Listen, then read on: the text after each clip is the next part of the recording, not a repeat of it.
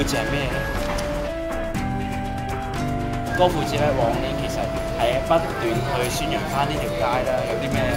好玩、好食、過遊、得意、有趣嘅玩意俾大家。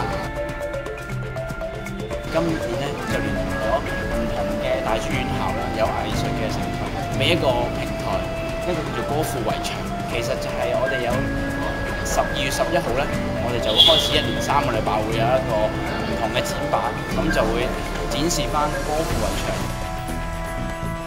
可能佢哋有一啲感覺，只係對於街頭嘅一啲印刷廠啊、報紙檔啊，又或者每日嘅熙來攘往嘅中環嘅街道嘅感覺，我哋都會喺裏面可以希望表達到，亦都希望可能中環其實有好多唔同嘅藝術嘅產業啦，我哋都希望利用繪畫，利用一啲藝術嘅展覽，去俾年青人，去俾大學生，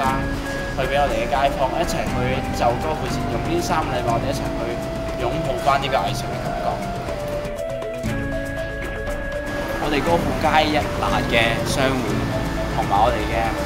業主咧一齊有一個叫歌富村莊嘅一個組織，再連同埋我哋民建聯中西嘅支部一齊搞。咁至於今年咧，其實小弟就係呢個有一個新入去嘅組織嘅一個叫同心網絡嘅組織嘅一個秘書長。